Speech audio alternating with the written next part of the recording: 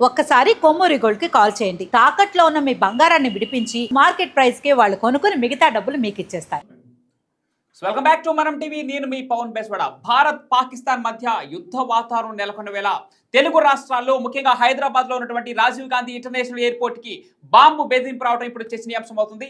దీనిపైన విశ్లేషణ తీసుకుందాం. మనతో పాటు సీనియర్ జర్నలిస్ట్ కట్టా కార్తిక్ గారు ఉన్నారు. అన్న నమస్తే. నమస్తే. ఈ రోజు హైదరాబాద్ లోని భారత్ మాతా కి జై. అయితే ఇప్పుడు దేశమంతా అప్రమత్తంగా ఉండాల్సిన అవసరం ఎంతనే ఉంది. ముఖ్యంగా తెలుగు రాష్ట్రాల్లో హైదరాబాద్ కూడా కొంత టార్గెట్ గా వినపడుతున్న నేపథ్యంలో ఇప్పుడు హైదరాబాద్ లోని రాజీవ్ గాంధీ ఇంటర్నేషనల్ ఎయిర్పోర్ట్ కి బాంబు బెదిరింపు రావడాన్ని ఎలా చూడాలి ఏంటన్నా? శంషాబాద్ ఎయిర్పోర్ట్ దేశంలోనే ఒక ప్రధానమైనటువంటి ఎయిర్పోర్ట్, పెద్ద ఎయిర్పోర్ట్లో ఒకటి.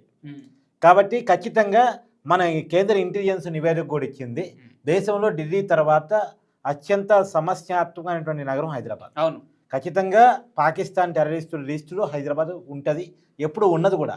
గతంలో కూడా అనేక బాంబు పేలుళ్లు హైదరాబాద్లో సంభవించాయి. ఇప్పుడు ఎగ్జాంపుల్ దిల్సుఖ్ నగర్ బాంబు పేలుళ్లు కావచ్చు, కోటి, లుంబిని పార్కు, ఇలా అనేక చోట్ల కూడా.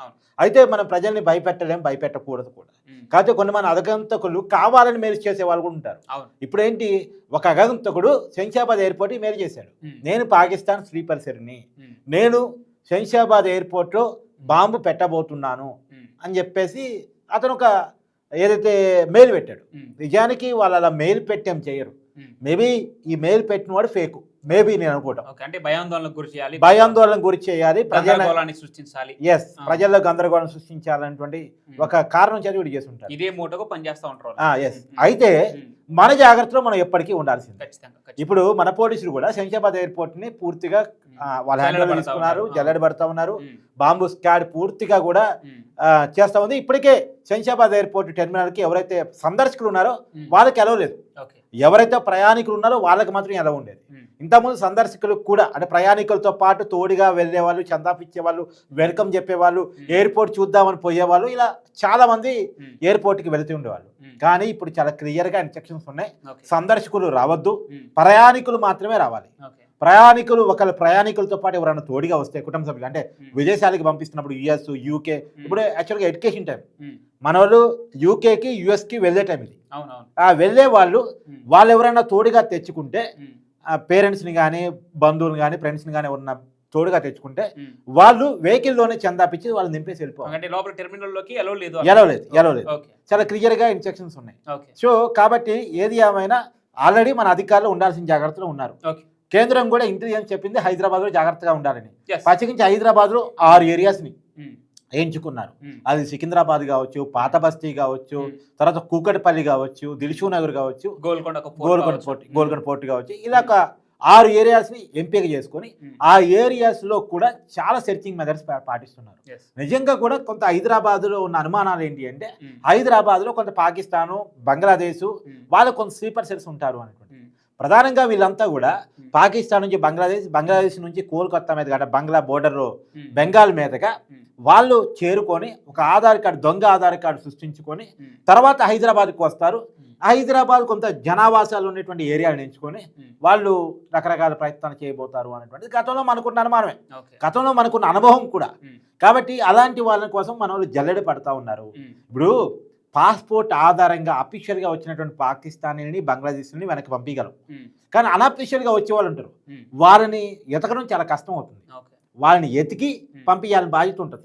అయితే ఈ బాధ్యత కేవలం పోలీసులది మాత్రమేనా, ఆర్మీది మాత్రమేనా? మనది కాదంటే మనందరిది కూడా బాధ్యత. మీకు ఎవరైనా హైదరాబాద్లో అనుమానంగా కనపడితే, వాళ్ళు మన వాళ్ళు కాదు అనిపిస్తే మాత్రం ఇమీడియట్గా వాళ్ళని ఆర్మీకి హ్యాండ్ ఓవర్ చేయండి, పోలీసులకి హ్యాండ్ ఓవర్ చేయండి. వాళ్ళ మీద ప్రాపర్ ఇన్వెస్టిగేషన్ చేసిన తర్వాత వాళ్ళ జెన్యూన్ అయితే ఖచ్చితంగా పోలీసులు వదిలేస్తారు, ఆర్మీ వదిలేస్తుంది.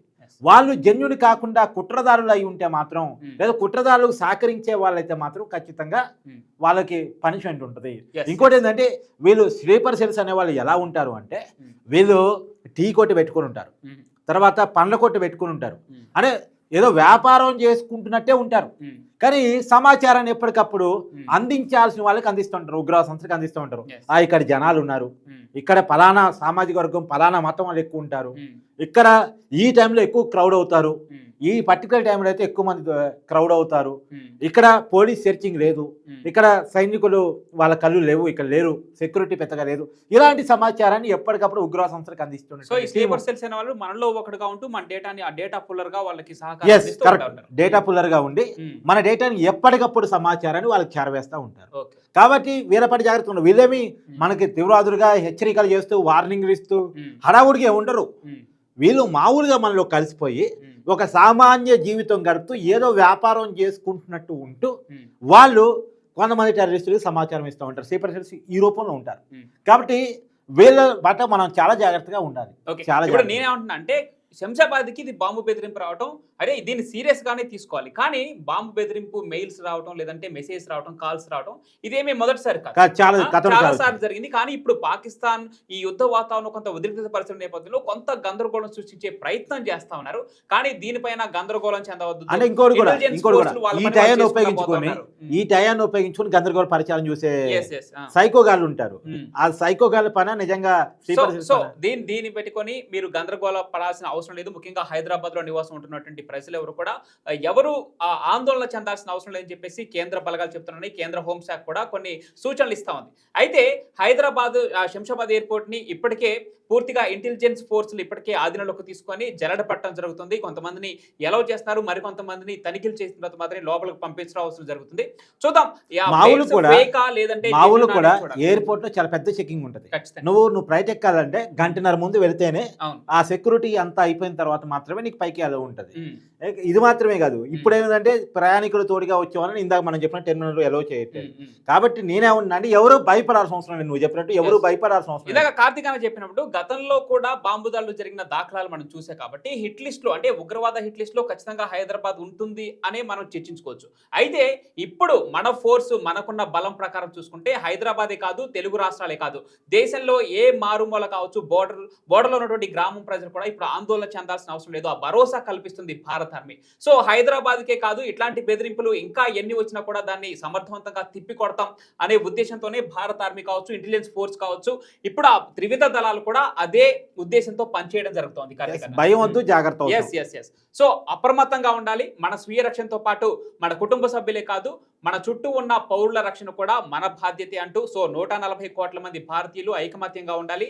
ఎటువంటి సిచ్యువేషన్ వచ్చినా ఫేస్ చేయడానికి సిద్ధంగా ఉండాలంటూ ప్రధాని మోడీ పిలుపునివ్వడం జరిగింది. రక్షణ శాఖ మంత్రి మనకు ధైర్యాన్ని కల్పించడం జరిగింది. ఇప్పుడు నెలకొన్న ఈ ఉద్రిక్త పరిస్థితుల మధ్యలో ఇట్లాంటి బెదిరింపులు వచ్చినా దాన్ని సమర్థవంతంగా ఎదుర్కొనే శక్తి, ఆ తాహతు భారత ఆర్మీకి, భారత ప్రభుత్వానికి ఉంది అని చాటి చెప్దాం. సో గందరగోళ పరిస్థితుల్ని మనం ఎవరు సృష్టించవద్దు, సృష్టించే వాటిని నమ్మవద్దు. ట్రస్టెడ్ మీడియానే. సో ఇప్పుడు మీకు మనం టీవీ ఎంత ట్రస్టెడ్గా అందిస్తుందో ఇలాంటి మీడియా న్యూస్ను మాత్రమే మీరు నమ్మటానికి ప్రయత్నం చేయండి. ఇట్లాంటి మీడియా న్యూస్ను మాత్రమే మీరు ఫాలో అవ్వండి. ఎందుకంటే మీకు pin to pin live updates, భారత పాక్ యుద్ధం మీద మీకు పిన్ టు పిన్ అప్డేట్స్ మేము స్వయంగా అందించడానికి ప్రయత్నం చేస్తూ ఉన్నాం. మా ప్రయత్నం కొనసాగుతూనే ఉంటుంది. సో ఎట్టకేలకు భారత్ యొక్క ఆర్మీ పై చేయి సాధిస్తూనే ఉంది. ఇది ఇలాగే కొనసాగుతుందని కోరుకుందాం. Thank you. జై హో భారత్. జయ హో భారత్.